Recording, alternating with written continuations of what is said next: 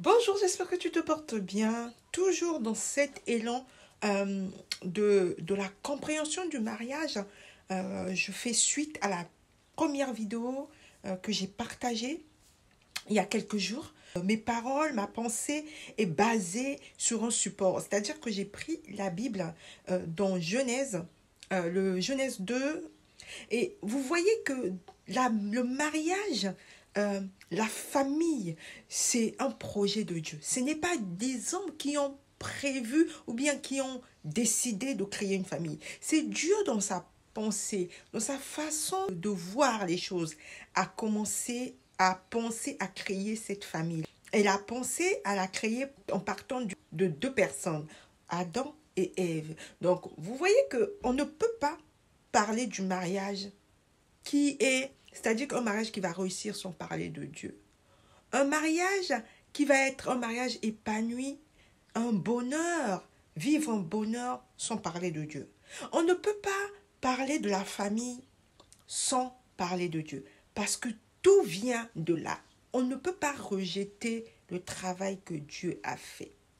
Donc, lorsque on voit que ce qui est marqué dans Genèse, on essaie de lire la pensée de Dieu, on comprend que l'homme, quand il était venu, l'homme avait, c'est-à-dire que avait travaillé déjà. Donc vous voyez, l'homme avait besoin de cette femme qui est un support. Et la femme à côté de l'homme, ce n'est pas qu'une aide, c'est plus qu'une aide. C'est par elle que Dieu va passer pour apaiser celui qui a travaillé longtemps. Regardez comment Adam a été épanoui tout simplement en regardant, en voyant Ève venir.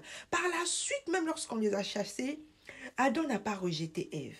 Vous voyez, Adam a pris Ève parce que Adam a senti qu'il y avait quelque chose, c'est une partie de moi. Donc, nous, maintenant, dans notre génération actuelle, on doit comprendre le mystère. Parce qu'en fait, le mariage est un mystère de Dieu. Lorsque vous ne comprenez pas ce mystère, ça devient compliqué pour nous. C'est pour ça qu'on va remarquer, surtout dans les églises, les enfants de Dieu qui connaissent la parole, en train de se séparer. Il y a des divorces un peu partout. Vous devez savoir que le mariage est une histoire pas des hommes, c'est une histoire de Dieu. C'est spirituellement qu'on en parle, qu'on réussit le mariage. On ne réussit pas un mariage physiquement, on le réussit spirituellement. Spirituellement, tu fais des choses physiquement, ça s'établit. D'accord.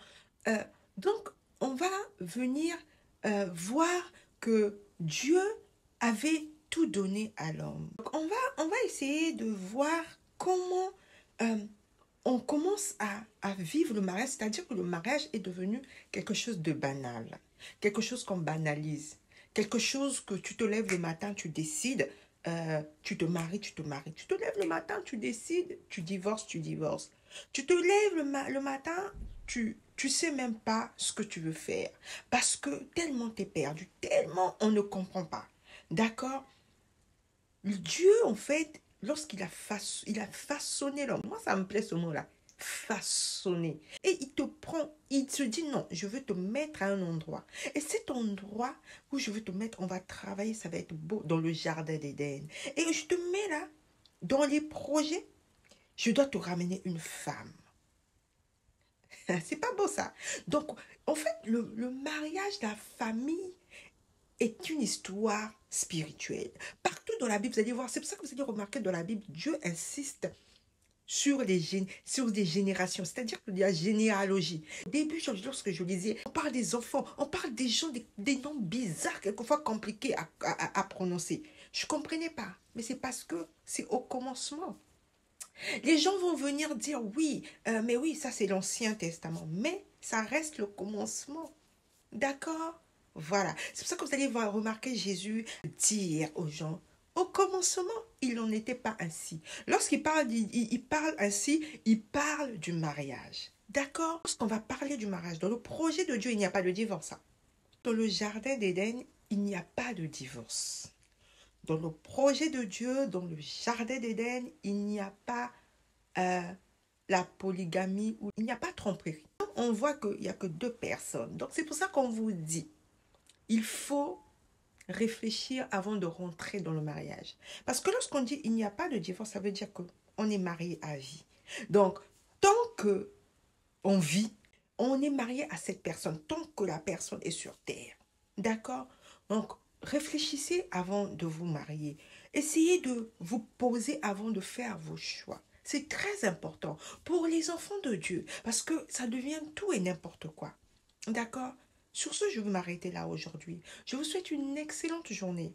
Et en tout cas, ne vous arrêtez pas sur mes propos. Allez lire la Bible. La Bible, ce n'est pas une question de théorie. La Bible, ce n'est pas une question d'étude. La Bible, c'est une question de révélation. Tu peux t'asseoir et étudier la Bible. Si tu n'as pas la révélation, frère, ça, tu sortiras de là comme tu es entré. D'accord? Donc, priez que Dieu se révèle à vous. À très bientôt. Bien de choses. Prenez soin de vous. Ciao.